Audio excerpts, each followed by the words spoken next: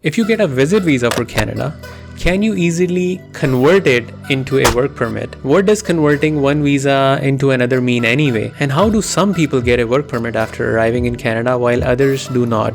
I don't know.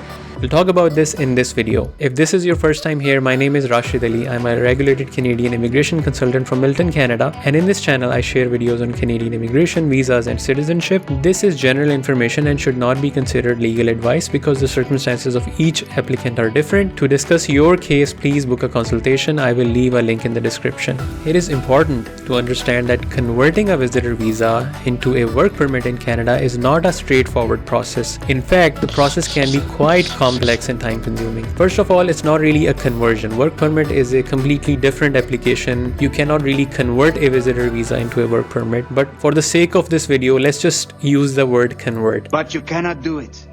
In order to convert a visitor visa to a work permit, you must provide documentation proving that you have a legitimate job offer from a Canadian employer. This job offer must meet certain criteria, including that the position is full-time and of a certain duration. In order to get a positive decision on a work permit application, the employer offering the job must also obtain an LMIA or Labour Market Impact Assessment from Employment and Social Development Canada or ESDC. And obtaining an LMIA is not always easy, as ESDC has to review and approve the job offer before they issue this LMIA. There are a number of requirements the employer needs to fulfill before they can offer you this job. I'm gonna lie to you, it's not gonna be easy. Now, there are some jobs which are LMIA exempt, but again, those cases are also very specialized, like Alberta Rural Renewal Stream or Atlantic Immigration Program, and we'll talk more about that at the end of this video. In order for an LMIA to be approved by ESDC, the job offer must meet certain criteria. These criteria include that the position is full-time and of a certain duration. Also, the job must bring an economic benefit to Canada. ESDC will also assess the job offer to ensure that it does not adversely affect the Canadian labor market. We're on strike!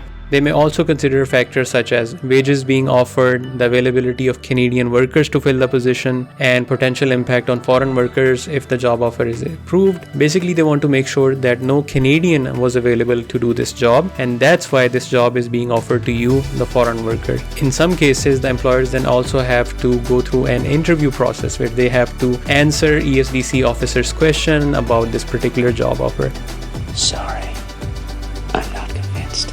So it's no picnic. Not all employers easily extend this job offer to foreign nationals. So therein lies the first challenge. Even if you are in Canada on a visitor visa, getting a job offer from an employer will not be easy because it's difficult for them to offer you this job as well. They would rather give this job to someone who already has work authorization, and you on a visitor visa are not authorized to work. Now, you must have heard about people paying employers or agents to buy jobs. Is that legal? In Canada, it is illegal to pay for a job. This is because it can lead to exploitation and abuse of workers. This also means that the employer is circumventing the whole LMIA process. They're not really being honest in saying that I couldn't find a Canadian worker. They potentially wanted to sell this job, so they misrepresented themselves in their LMIA application. And when employers charge workers for a job, those workers are more likely to be mistreated or exploited because the workers are less likely to report the abuse or poor working conditions for fear of losing their job and the money that they paid for it.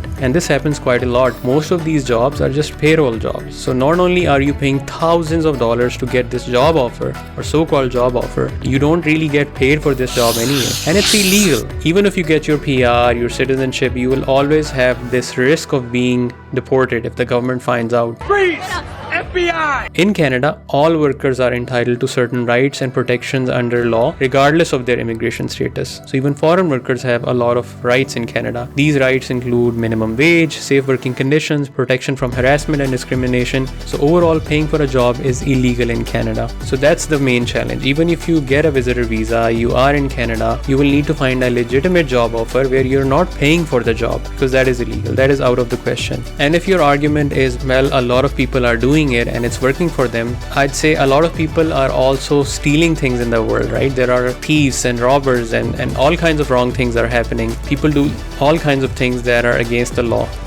We're the wet bandits. They're criminals. And I'm sure you wouldn't want to do that. You wouldn't want to be a criminal. You wouldn't want to do something that is illegal. I'm not saying that finding a legitimate job offer is impossible. It is just very difficult. Not as easy as you see it on social media. So let's say now you have this job offer and you want to apply for your work permit. Please note that even a work permit application can be refused. Just like any other temporary applications like visitor visa or a study permit, the visa officer, if they suspect that your intentions are not genuine, you don't have ties to your country of residence, you won't go back, or you're not qualified to do this job, your past education or your past work experience is different from this job, they can still refuse your work permit. So the main challenges are finding a genuine employer who doesn't charge you a fee for offering you the job. The second one is getting the LMI application approved from ESDC, because LMI applications can also be refused. And the third challenge is getting the work permit application approved from IRCC. If you pass through all of these three barriers, then you can work in Canada. If only the stars were aligned.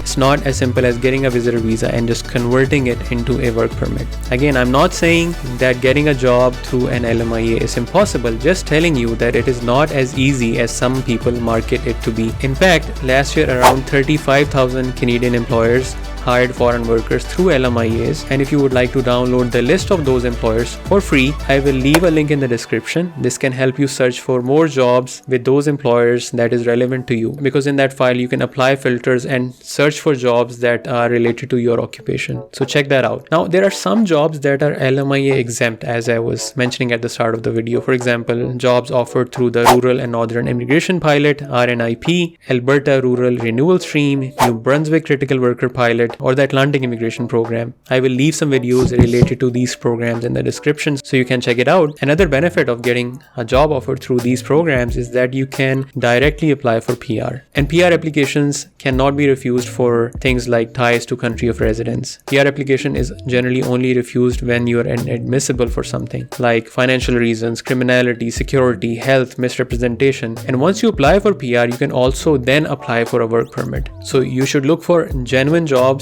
through LMIAs, and you should also look at programs that are LMIA exempt. I cannot help you directly with getting a job offer from an employer, but I can help you in other ways. Firstly, you can watch the couple of videos I made related to resume to update your resume as per the Canadian standard and avoid the common mistakes. Then you can download the free list of LMIA employers that can help you in your job hunt. Once you receive a positive response from an employer, let's say someone who invites you for an interview or who is willing to listen to you, I can step in. I'll take it from here.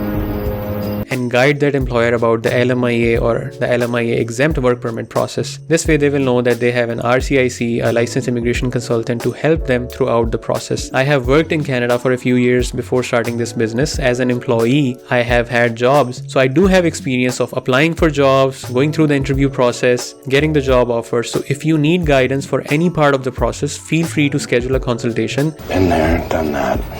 Link is also in the description. And if at least some people are interested, I might develop a more detailed course for job hunting as well. If you're interested, let me know in the comments or send me an email. For that and other updates, subscribe to our mailing list or join our community that will be launching later this year, which will be especially helpful if you're planning to visit, study, or immigrate to Canada, or you're already here and now you want to help your family and friends move to Canada. There will be an application process. I will leave a link in the description so you can apply. This is gonna be awesome. So I hope I was able to bust some myths related to converting a visitor visa into a work permit. I hope you found it helpful. If someone can benefit from this, please do share with them.